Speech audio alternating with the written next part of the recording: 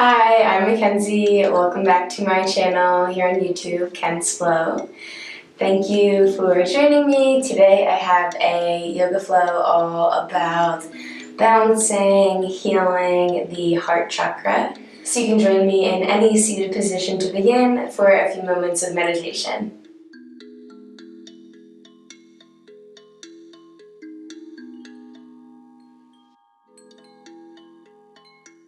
The heart chakra is our fourth chakra.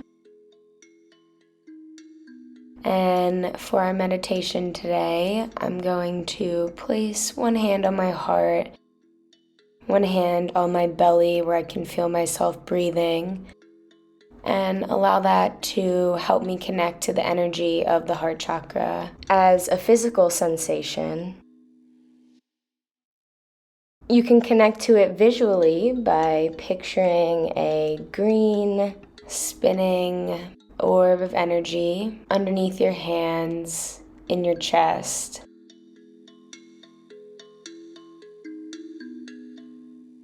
And with every inhale, it grows larger, greener, brighter.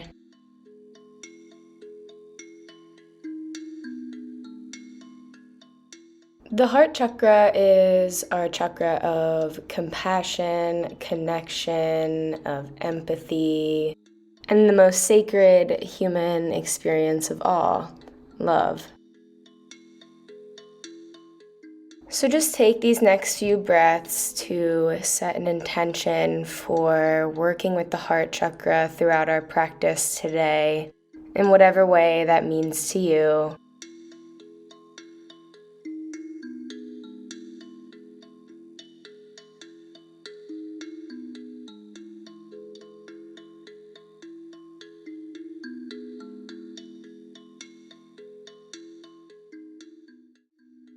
To begin to gently invite some warmth and some energy to our heart space, we're going to start with a little dynamic child's pose. Coming onto all fours, you can take your hips wide and then connect your big toes and send your hips back. And on the inhale, we gently rock forward into tabletop, bringing the hips over the knees.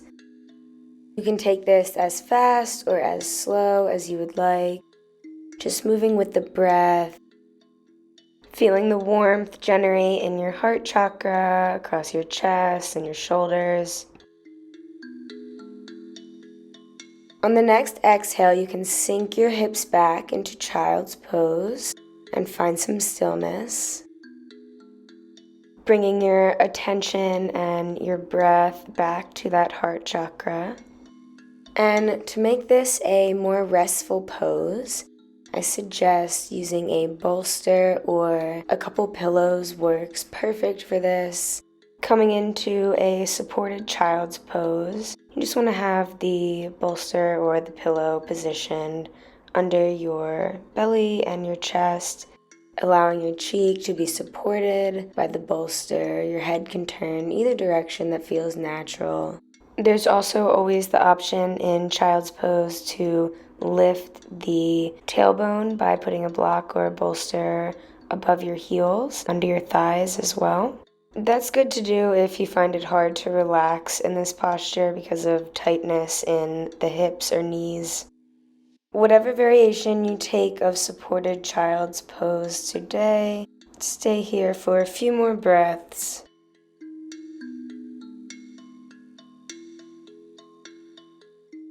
From child's pose, you're going to slowly inch your fingers forward and send your hips up into the air, keeping them stacked directly over your knees, allowing your shoulders to melt towards the mat, coming into a puppy pose.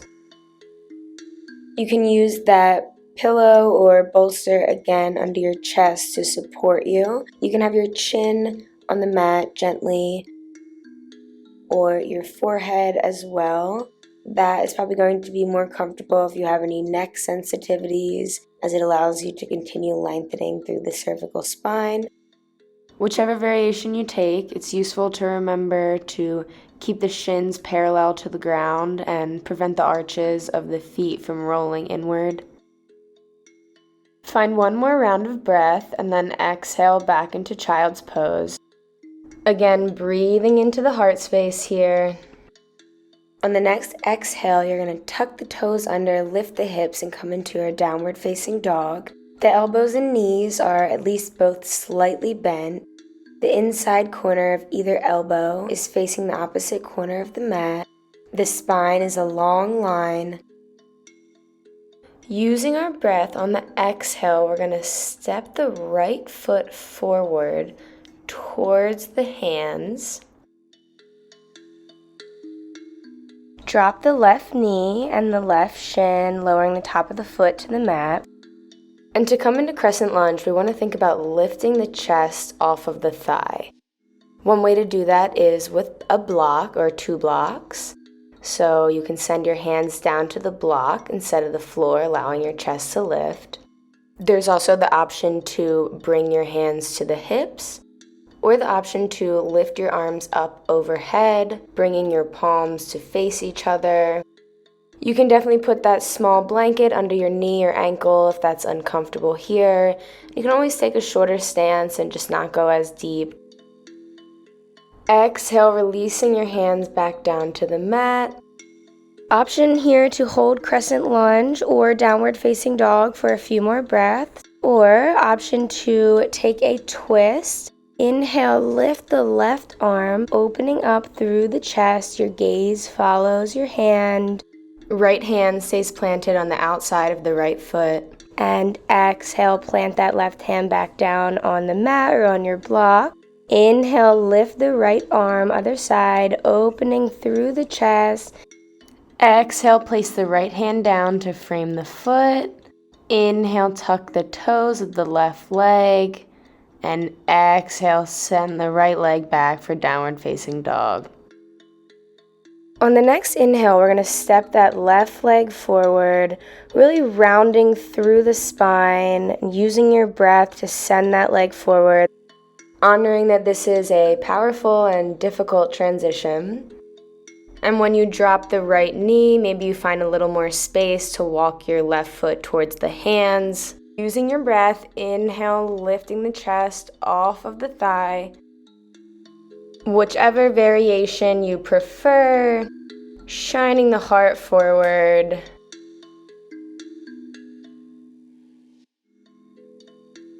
And exhale, return your hands back down to the mat, framing the left foot.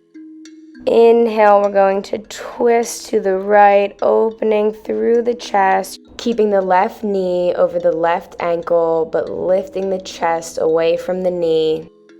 Exhale, plant that hand back down, and inhale for a twist on the other side.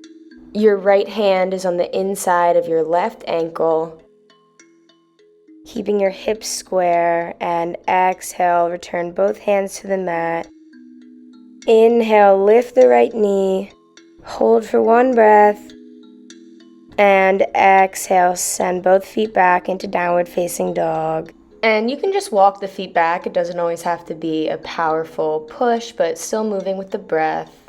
Maybe you pedal your feet out, maybe you take some spinal waves, maybe you just think of melting your chest closer to your thighs.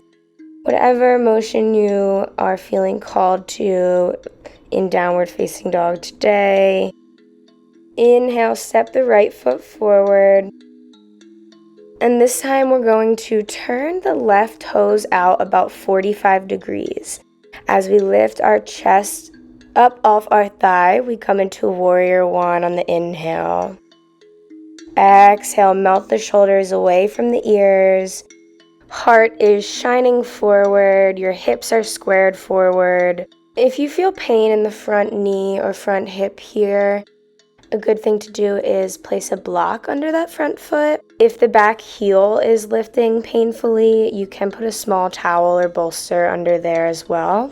But always check around with your stance here. Maybe you shorten your stance a bit, take it out a bit wider. On the next exhale, we're going to fold over that front leg, bringing our hands down to either side of the foot. And send that right foot back, pushing into downward facing dog. Using the breath and engaging the core, Exhale, step that left foot forward towards the space between your hands.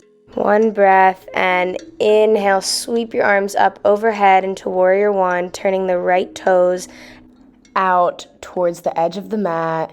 Your hips and the front foot are towards the front of the mat. That back knee is straight, the front knee is bent about 90 degrees. 2 more rounds of breath here in our Warrior One, shining our heart forward.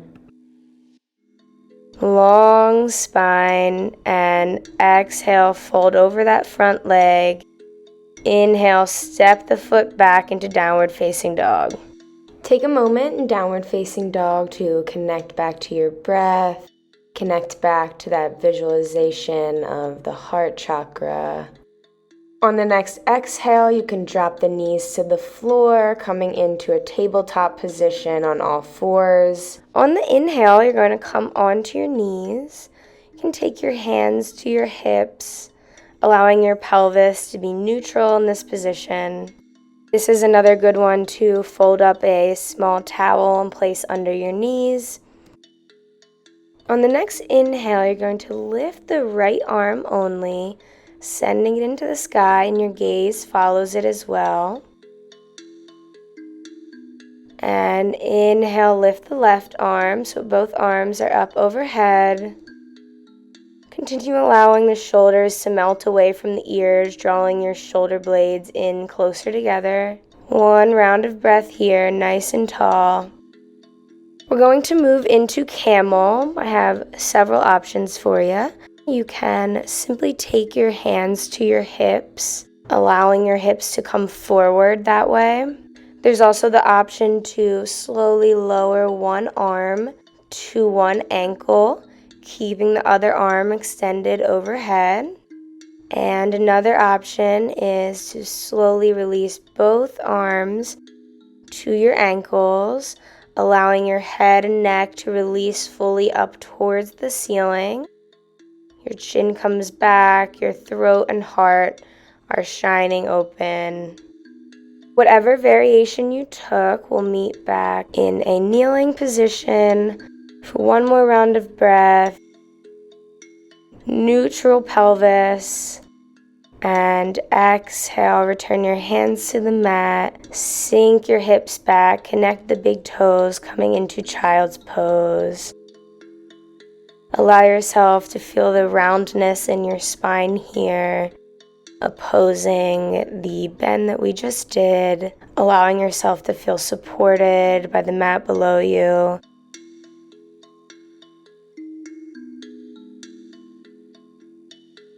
On the next exhale, you can slowly make your way onto your back, giving yourself a big hug, bringing your knees into your chest, maybe rolling out your spine a little bit.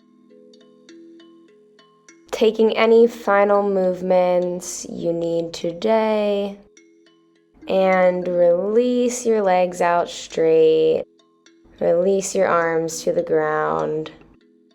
Coming into our final resting pose. Always feel free to use any props or blocks here, or lay on your side if lying flat on your back is not comfortable.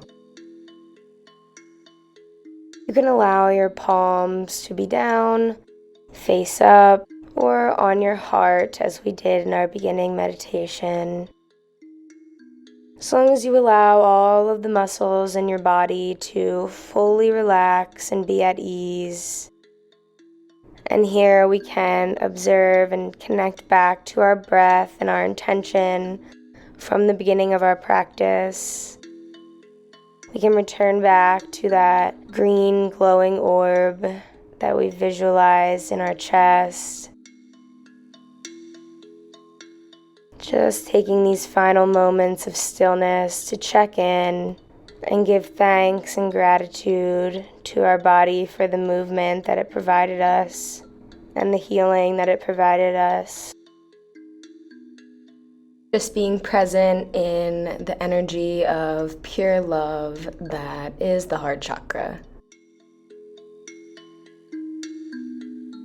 Thank you so much for sharing your practice with me today. I will play us a little sound healing to lead us out.